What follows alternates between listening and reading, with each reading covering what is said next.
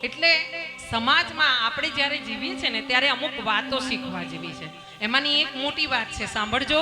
હું હરિદ્વારમાં જે કઈ છું એમાંથી કંઈક લઈ ગયા હતા, બાંધીને લઈ ગયા હતા કે પછી હરિદ્વારથી ધાબળા ખરીદીને ગાંઠ બાંધીને લઈ ગયા હતા. કારણ કે ધાબળા એકલા લઈ ગયા છો ને તો જિંદગીભર તકલીફોની ઠંડી રહેશે, ફરિયાદોની ઠંડી રહેશે.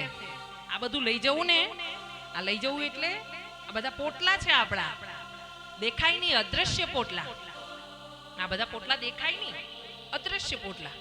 હા, ખાલી એકલા ધાબળા લઈ ગયા હો ને તો જિંદગી ભર સમાજની તકલીફો, પૈસાની તકલીફો, આર્થિક તકલીફો, સામાજિક તકલીફો બધાની ઠંડી લાગ્યા કરશે.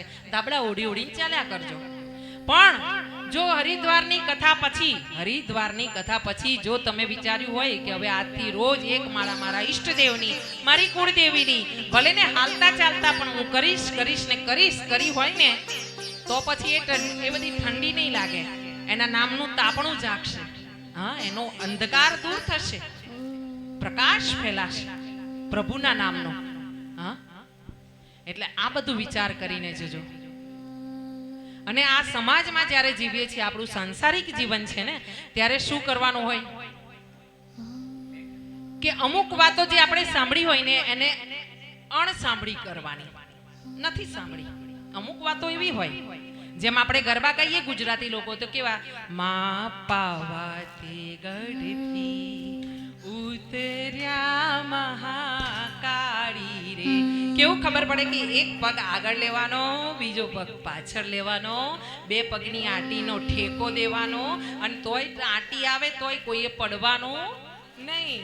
પાછા ગરબામાં ગોળ ગોળ આગળ ફરવાનું, પાછું જવાનું, પાછું આગળ આવવાનું. એમ જ્યાં જ્યાં સમાજમાં તકલીફ પડે ને, બે પગલા પાછા જવાનું, પછી વિચાર કરવાનો કે આ જગ્યાએ જવું છે, આ તકલીફ છે, તો એને કેમ હેન્ડલ કરશું, કેમ વ્યવસ્થા કરશું, સમજવાની, તકલીફોને, પરિસ્થિતિને સમજવાની, ને પછી 2 ડગલાની જગ્યાએ 4 ડગલા આગળ ચાલી જવાનું. જેણે પહેલાથી હોમવર્ક કર્યું હોય ને, હા, જેણે હોમવર્ક કર્યું હોય ને, ઘરેથી સ્વાધ્યાય કર્યો હોય ને, એના 4 ડગલા આગળ જાય, બાકી તો રિવર્સની જ ગાડી આવે. હા.